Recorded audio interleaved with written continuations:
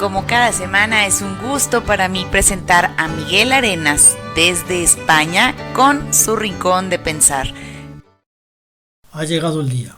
Hoy conoceréis el desenlace de lo sucedido entre Carmen y Joaquín y si se llegó a romper su maldición de tener que ser enemigos hasta la muerte. El fin de semana lo habían empezado con uno de sus habituales enfrentamientos de trabajo. Luego, escondidos bajo los apodos de El Matador y Isabel, se habían citado, sin saberlo, para un encuentro con el deseo de disfrutar de un final feliz al desnudo y bajo las sábanas. Al descubrir la trampa que les había tendido el destino, confabulado con sus ganas de encontrar un compañero de placer sexual, reanudaron sus peleas.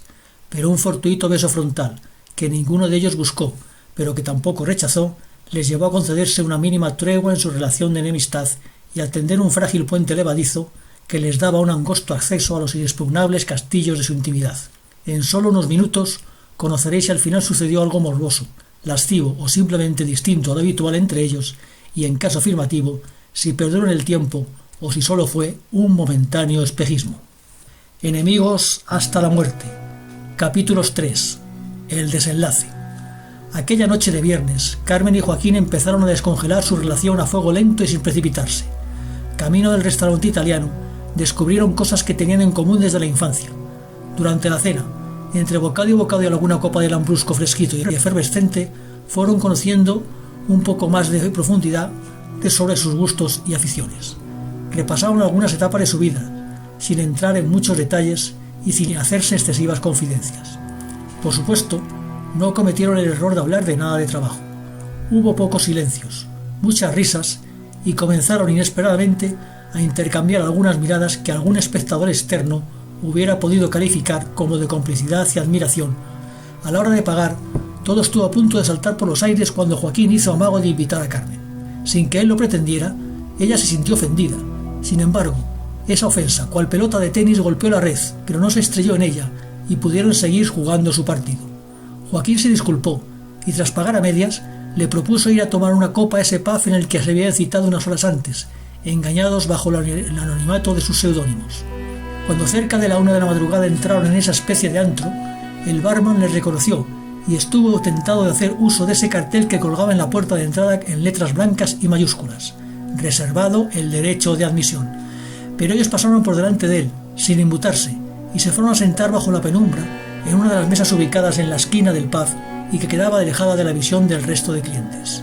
Tras pedir a nuestra camarera que les trajera un Bloody Mary para ella y un bourbon con hielo para él, se quedaron a solas y continuaron hablando con sus cuerpos obligados a rozarse por culpa de la escasa longitud del sofá Big Plaza que les cobijaba. En un momento dado, giraron algo sus cuerpos y quedaron con sus piernas entrelazadas y sus cabezas mirándose de frente. La impunidad del sitio, su oscuridad y sobre todo el contacto de sus extremidades les hizo recuperar los disfraces del Matador y Isabel. Perdieron sus inhibiciones y empezaron una serie de ingenuos arrumacos que acabaron desembocando en atrevidos tocamientos, incluyendo besos profundos con sus lenguas explorando la boca del otro y eróticas incursiones de las manos del Matador bajo el negro y corto mini vestido de Isabel para disfrutar primero del roce del encaje de la lencería que escondía y luego alcanzar con sus dedos el tacto de sus partes más íntimas. Fueron unos minutos en los que todo parecía indicar que apurarían sus bebidas y saldrían del pub muy excitados para emprender un rápido camino a la casa de alguno de ellos o a algún hotel cercano. Sin embargo, como si se tratara de un cuento X de la Cenicienta, ese deseo que había ido progresivamente en aumento se interrumpió de golpe, no a la medianoche, sino a las 2 de la madrugada. Repentinamente, ambos se dejaron de tocar y se miraron sin hablarse. Estaba claro que una especie de vértigo y miedo para no dar un paso del que se arrepintieran toda su vida les sobrevino a la vez. Volvieron a ser Joaquín y Carmen, y aunque hubieran dejado de ser al menos por aquella noche un par de enemigos irreconciliables, pidieron la cuenta y salieron del pub. En previsión de que lo que les pudiera deparar la noche, ninguno había venido en su coche. Tras andar en silencio y sin atrever a mirarse, lograron parar un taxi que primero dejó en su casa a Carmen y luego a Joaquín.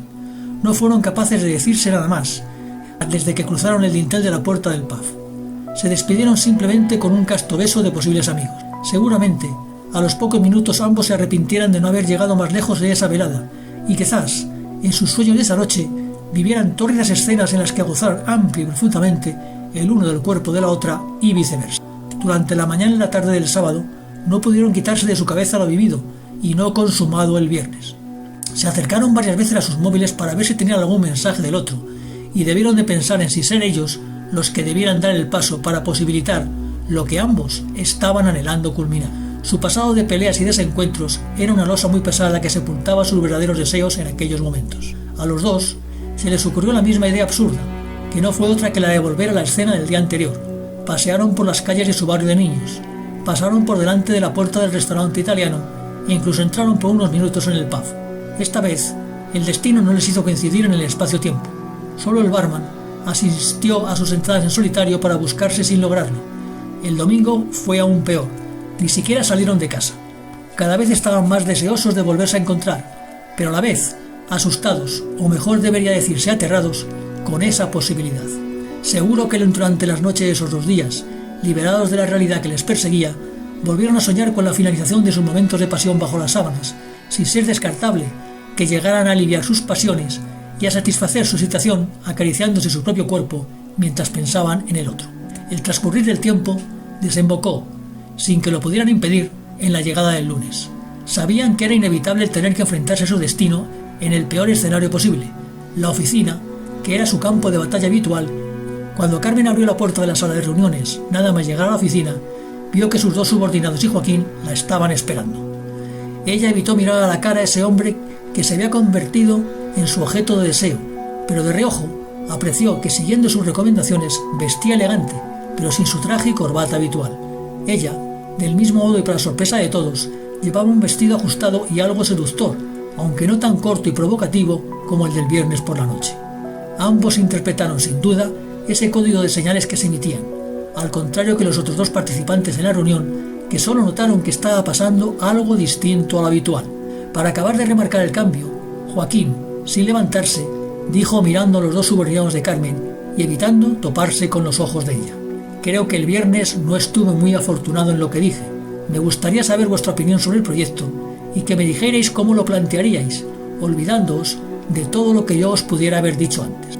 Esa corta locución, tan inusual para su modo de proceder habitual, acabó de confirmarse a los destinatarios de la mirada de Joaquín que algo le había sucedido durante el fin de semana y que le había hecho cambiar su manera de comportarse y pensar, aunque ni por lo más remoto pudieran imaginarse cuál era la verdad. Carmen, sin llegar a sentarse, le miró de frente esta vez. Con cara de estar agradecida, complacida y muy satisfecha, añadió el siguiente mensaje encriptado y en el que le daba a entender cuáles eran sus deseos para las próximas horas. Me parece perfecto lo que dices, y además te sugeriría que les dejáramos trabajar tranquilamente durante toda la mañana y que nos volvamos a juntar con ellos después de comer para ver lo que nos proponen. Joaquín solo asintió con la cabeza, dando acuse de recibo a su insinuación. Carmen y él se despidieron del resto hasta la tarde y abandonaron juntos la sala. No se dijeron nada, solo se pusieron a caminar muy pegados en dirección al ascensor. Entraron en el mismo, y en cuanto se cerraron las puertas, se abrazaron y besaron. Él pulsó el botón del garaje, y allí se subieron los 2 a su coche. Antes de arrancar, Joaquín repitió las incursiones de sus manos bajo la minifalda de Carmen, como ya había hecho el viernes. No quisieron prolongar esas acciones ante el miedo de que alguien les pillara. Accionó la llave de contacto del coche y condujo hacia la rampa de salida de la calle. La pasión les pudo nuevamente. Se volvieron a besar y acariciar la ropa sobre sus partes más íntimas, mientras él seguía conduciendo, pero sin mirar al frente y sin darse cuenta de que había llegado al cedo al paso que había a la salida del garaje. Un sonoro y brusco golpe de chapa metálica, al chocar de lado con otro coche, interrumpió, de manera brusca y repentina, sus muestras de ardor y pasión. En cuestión de décimas de segundo, su visión se nubló, su conocimiento se apagó y sus rostros se mancharon de sangre. No pudieron oír los gritos y peticiones de auxilio que daban las personas. Rápido, llamen a una ambulancia. Parece que aún respiran, pero están inconscientes. Es mejor no tocarles. Ese lunes habían reanudado su interrumpido partido de tenis y había llegado el momento de la verdad. Disponían de un match ball para cambiar sus odios por el placer de disfrutar y gozar de estar juntos. Mientras la gente les miraba con una mezcla de morbo y pena y esperaba la llegada de la ambulancia, la pelota estaba paseándose sobre la cinta de la red y pensándose en si la pasaba para darles una oportunidad o si por el contrario caía al suelo, abortando lo que pudo haber sido y certificando su enemistad hasta la muerte. Hasta aquí este primer serial. Estoy seguro de que este desenlace no les habrá gustado a todos, pero estas son las prerrogativas que tienen los escritores o guionistas y que les permite hacer lo que les venga en gana con sus personajes, desde enamorarlos hasta enfrentarlos e incluso hacerles desaparecer achatarrados dentro de un coche accidentado. Aunque en este caso, fruto de mi magnanimidad, os he dejado que elijáis cómo continúa esta historia y determinéis si salieron vivos del accidente los dos o alguno de ellos y cómo acabó su historia de amor u odio, si es que tuvo alguna continuidad. Nos vemos el próximo miércoles.